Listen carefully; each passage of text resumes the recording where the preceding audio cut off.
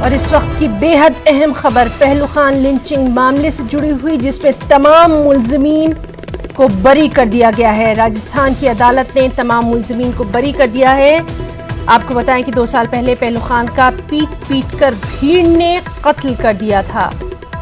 राजस्थान का अहम मामला पहलू खान लिंचिंग मामला, इसमें तमाम मुल्जिमीन को बरी कर दिया गया है और कुल 40 गवाहों से इस सिलसिले में पूछताछ की गई थी। इस मामले में 7 अगस्त को समाअत पूरी हो गई थी और सभी की नजरें इस अहम मामले पर लगी हुई थी। हमारे साथी अरबाज मौजूद हैं। अरबाज, आपसे जानना चाहेंगे, इस अहम फैसले का सभी को इंतजार था, क्या कुछ अपडेट? देखिए, जो पहलू खान वाला पूरा मामला है, हिंदुस्तान से लेकर के पूरी दुनिया भर में इस मामले को लेकर के जो एक लंबे अरसे तक बातचीत चल रही थी हिंदुस्तान के अंदर, जिस तरीके से मॉब लिंचिंग की वारदात बढ़ रही थी और जो एक पुख्ता एविडेंस जिस हादसे में कहें या जिस साजिश में पूरी तरह से सामने आया था दिल्ली रोड के ऊपर जयपुर में, वहां पूरा मामला पेश हुआ और 6 जो लोग थे जिनको बाकायदा इसमें किया गया था, उसके अलावा 7 लोगों के खिलाफ इसमें चार्जशीट जो है दायर की गई थी। लेकिन आज जब फैसला आया है अलवर एडीजे का, तो उन्होंने सभी के सभी लोगों को बरी कर दिया है और किसी को भी कसूरवार नहीं माना है पहलू खान का पुलिस के ऊपर, क्योंकि जिस तरीके से पुलिस इस पूरे मामले में इन्वेस्टिगेट कर रही थी और जिस जो बात थी इन्वेस्टिगेशन में, उसके ऊपर कई बार तंजीमों ने सवालिया निशान भी लगाए थे। पहले जो पहलू की फैमिली है, खुद पहलू खान है, उनको ही नामजद कर दिया गया था। तो ऐसे में इंसाफ को लेकर के एक बड़ा सवाल खड़ा हुआ है कि आज जिन लोगों को बरी किया गया है वो पूरी तरीके से बरी हो गए हैं और जो सबूत उनके खिलाफ होने चाहिए थे, जो पुख्ता इन्वेस्टिगेशन के खिलाफ होनी चाहिए थी, वो पूरी तरीके से कमजोर रही अदालत के अंदर और जो अलवर एडीजे ने अभी फैसला दिया है उसमें इन्हें बरी कर दिया है। जी अरबाज, लगातार इस अहम मामले पर हमारी भी नज़र बनी हुई थी और ये भी कहा जा रहा था कि इस अहम मामले को लेकर कहीं ना कहीं सवाल खड़े होंगे। अब क्या इस मामले को लेकर आगे कुछ कार्रवाई की जा सकती है?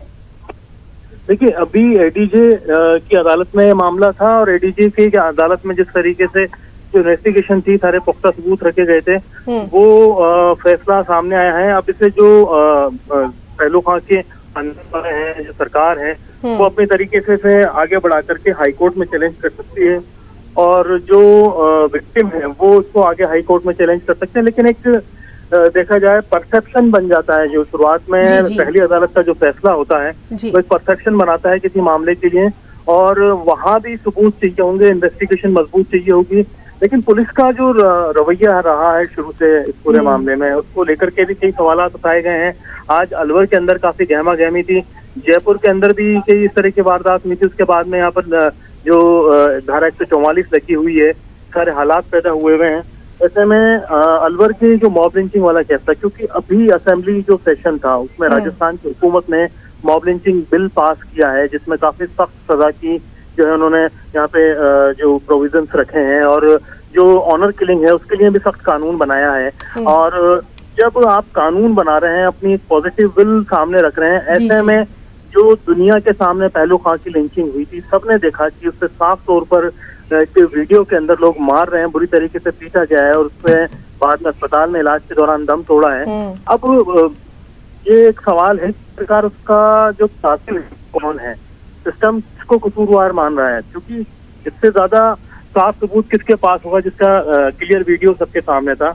अब बहुत ज्यादा जिम्मेदारी बढ़ जाती है उन तंजीमों की जो इसके लिए इंसाफ की जो है लड़ाई लड़ रही थी। जी, तो बहरहाल इस अहम मामले पर फैसला आ चुका है और अब इस पर रिएक्शंस भी आना शुरू हो जाएंगे। इन तमाम चीजों पर न्यूज़ 18 की भी नजर लगातार बनी रहेगी। अरबाज, आपका बहुत बहुत शुक्रिया तमाम तर जानकारी देने के लिए। तो नाज़रीन, आपको बता दें कि पहलू खान 2 साल कबल पहलू खान का पीट कर भीड़ ने कत्ल कर दिया था। अब पहलू खान लिंचिंग मामले में तमाम मुल्जिमीन को बरी कर दिया गया है।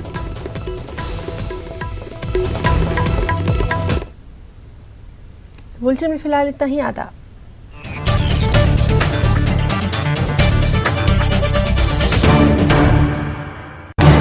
इस न्यूज हेडलाइंस के स्पॉन्सर